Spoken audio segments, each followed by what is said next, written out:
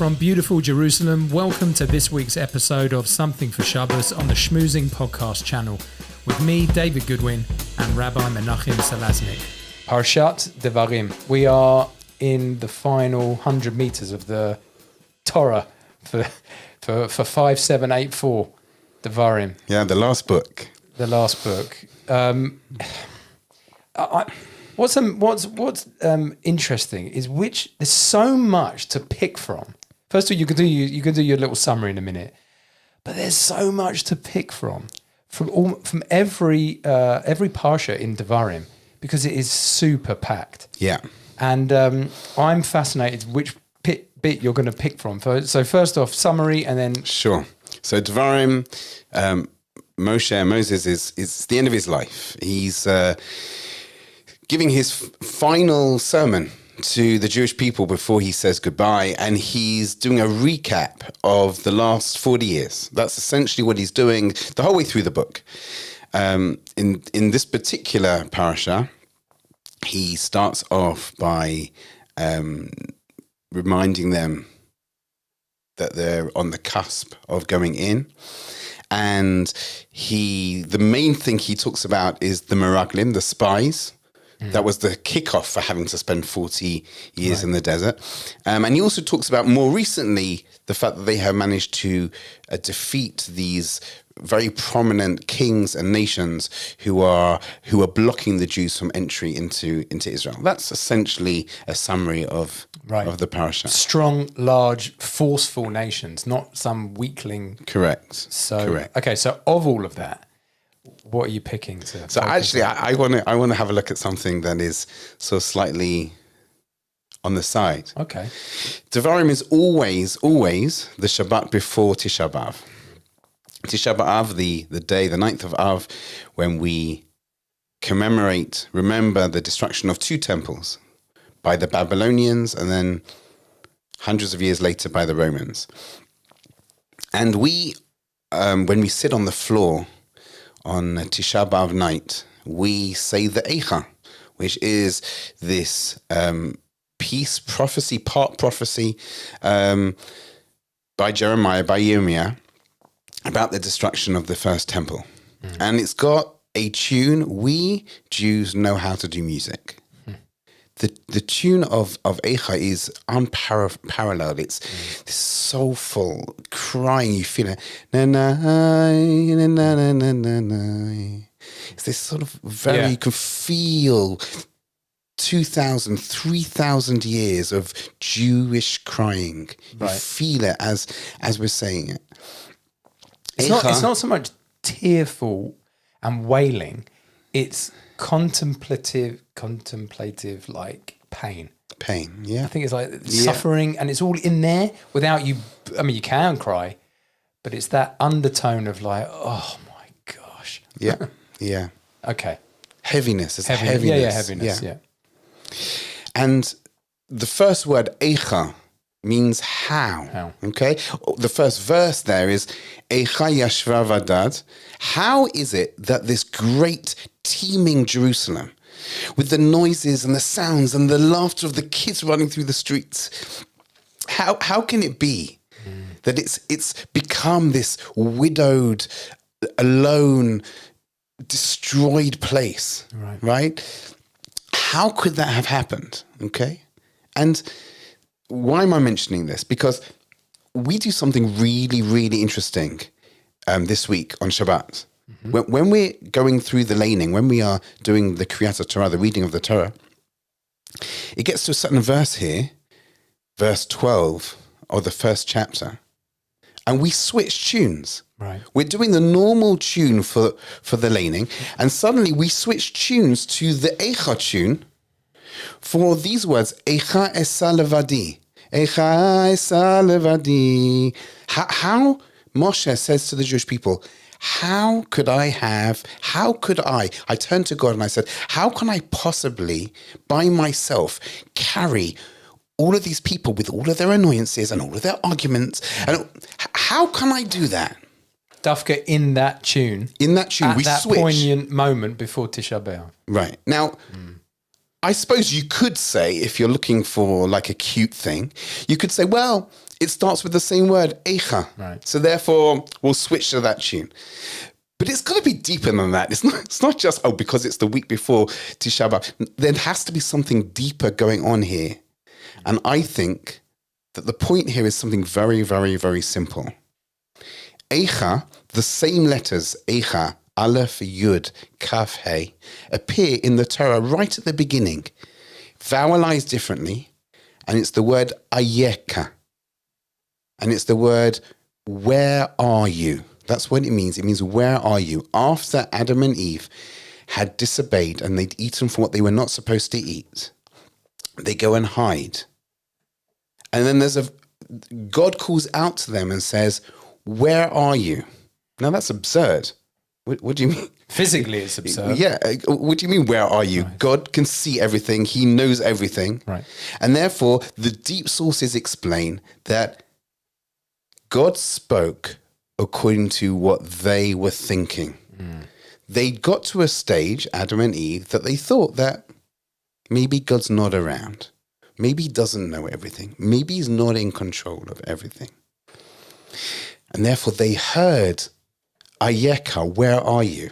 And therefore, those 4 letters, Eicha, Ayeka, essentially are the word for I don't feel God in my life. Do you know how you can say the word how? How can you say the word how, right? How can I carry these people by myself? How can you even say that statement? Of course, we're talking about the very great Moshe. But just think about what that statement means. How can I carry them by yourself? What are you talking about by yourself? You're not by yourself. You're not by yourself. God is helping you. God is there holding you. Hang on, the fact that Moshe was the one that said it, is that do the sages criticize him for saying that? Yeah. And how... Well, did he have a moment? Everybody has. That's the point. Everybody. We're all of us, even the great Moshe, did certain things on his level that were wrong. Imperfect, yeah. And how can you say, again, the great Jeremiah, a prophet, how can you say, how did this happen? What do you mean, how did it happen? We know why it happened. It happened because we didn't have God in our life. If you don't have God in your life, then these things happen. As a conscious reality. Yeah. And now, sometimes when people hear this, they think, got to be religious. Well, God is this sort of, overpowering. And if I don't follow him, then I get punished. We're not talking about punishment here. No. We're just talking about reality.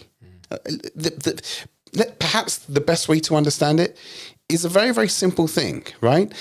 If I have a friend who is powerful, he looks after me, influential, he looks after me, and I'm connected to that friend, I'm protected. Yeah. If I can't see that friend in my life and I move away, so I just lose that protection. It's just the nature of things. People have a hard time committing to that idea. As someone who, even though I always believed in God, Hashem, the Torah, Jewish version, not anything else weird, but to make that full commitment, because that really is being, if you want to call it, I hate the word religious, but let's use it because that's what everyone, is the constant awareness of Hashem's presence to connect yourself to reality. At least that's what we feel it is, because if you step outside of that, then you've lost touch with reality. I think that's what you say. But people always like to, maybe it's a denial thing, but they just say, oh, do you want me to become religious? You want me to become religious? I'm supposed to be religious. It's not about that. Yeah, it's not about being religious. The term comes with all of those negative connotations you're talking about. Yeah. But what's interesting is that this is something that religious people struggle with. Right. The aspect we're talking about here is not being religious or not, because even religious people struggle with this. What does it mean? It means that in my day-to-day life, do I feel that God is with me? Can I feel, right now we're having a conversation. We're even talking about God.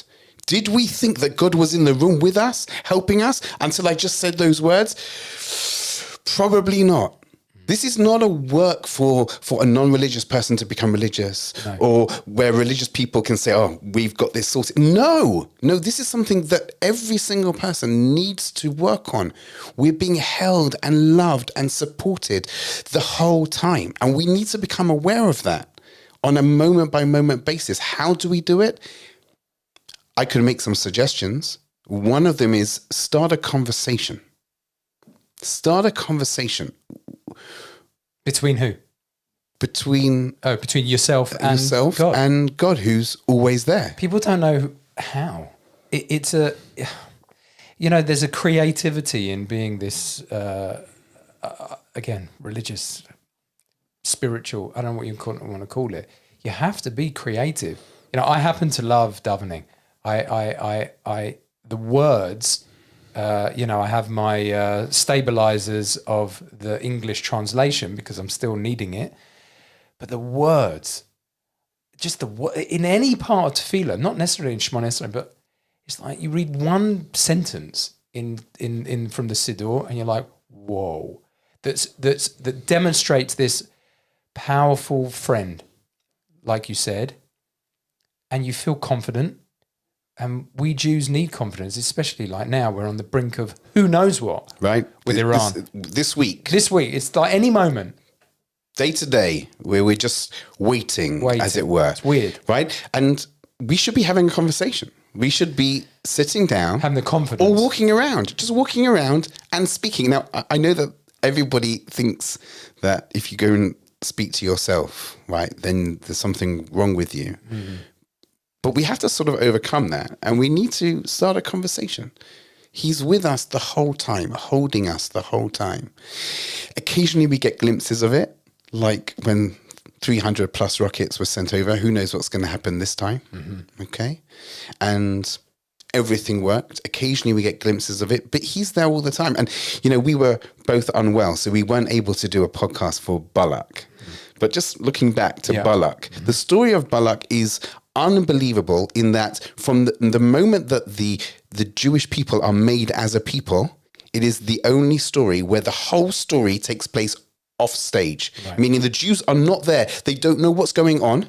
They've got no idea that there's this very, very powerful magician who is trying to completely destroy them, and God is looking after us, and we don't know. We can't see it. 100%. That's going on the whole time, even when we can't see it. Right now, it's going on, even when we can't see it. And we have to start having the conversation with the one who's looking after us.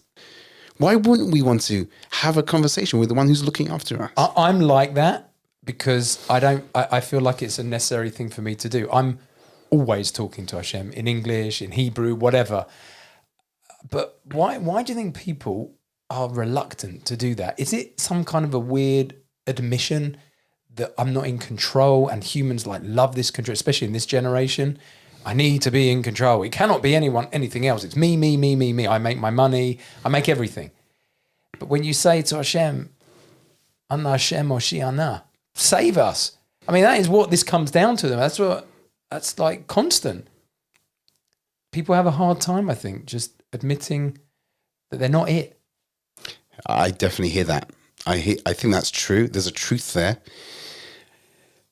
But until people are willing to admit, they're going to be constantly disappointed and stressed and anxious, because the reality is, as we've seen through a whole variety of our recent history, whether it's COVID or wars or whatever it happens to be, we're actually not in control.